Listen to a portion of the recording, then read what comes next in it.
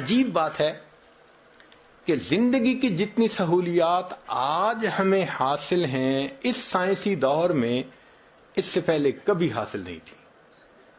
جو مشروبات آج ملتے ہیں، جو مختلف طرح کے کھانے آج نصیب ہوتے ہیں، جیسی تیز رفتار کمفرٹیبل سواریاں آج ہمیں حاصل ہیں، یہ پہلے نہیں تھی.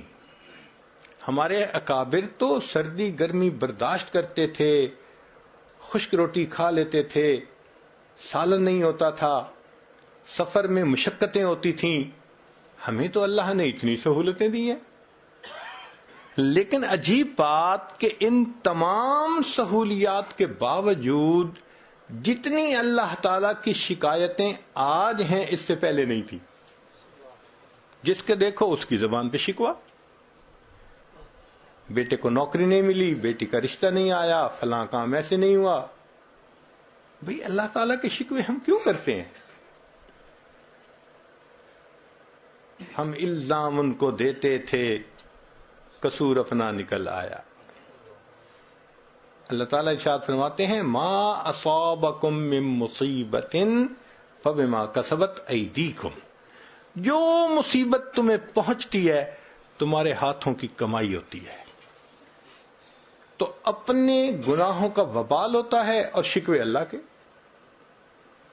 عطا بن ابی رباح رحمۃ اللہ علیہ فرماتے ہیں کہ اللہ رب العزت نے الہام فرمایا کہ عطا میرے بندوں کو کہہ دو، تمہیں ذرا کوئی پریشانی ہوتی ہے، تم اپنے دوستوں کی محفل میں بیٹھ کے فوراً میرے شکوے شروع کر دیتے ہو، جبکہ تمہارا نام اعمال گناہوں سے بھرا میرے پاس آتا ہے.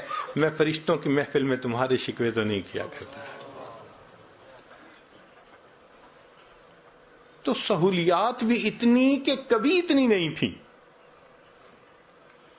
اور اس پر دیکھو کہ شکوے بھی اتنے. اچھا بیماریاں بھی وہ ہیں جن کا تعلق کم کھانے سے نہیں ہے، زیادہ کھانے سے. اب بتائیں، معدے کا السر کم کھانے سے تو نہیں نہ ہوتا، زیادہ کھانے سے.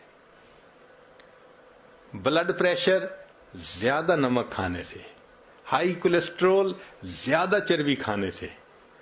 تو بیماریاں بھی شوگر زیادہ میٹھا کھانے سے.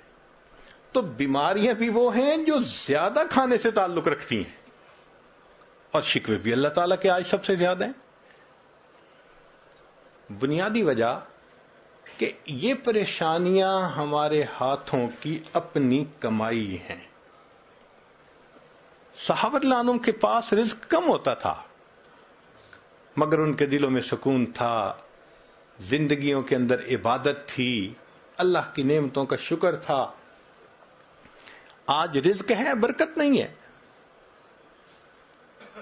جس کے دیکھو فکر لگی ہوتی ہے.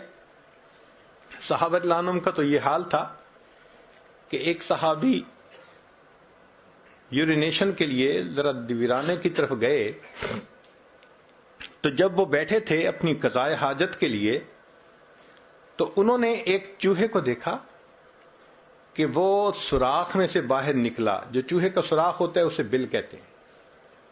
اس میں سے نکلا اور اس نے 1 دینار تھا وہ باہر پھینک دیا. پھر دوسرا دینار، پھر تیسرا، بل سے نکال کے لاتا تھا، باہر ڈال جاتا تھا، پھر وہ بل میں گھس گیا. یہ صحابی جب فارغ ہو گئے، اٹھنے لگے، تو انہوں نے وہ چند درہم دینار جو بھی تھے وہ اٹھا لیے. صحابہ رضی اللہ عنہم کی ایک بہت خوبصورت عادت تھی کہ وہ ہر بات کو نبی علیہ السلام سے آ کر پوچھا کرتے تھے. تو یہ صحابی محبوب صلی اللہ علیہ وسلم کی خدمت میں حاضر ہوئے.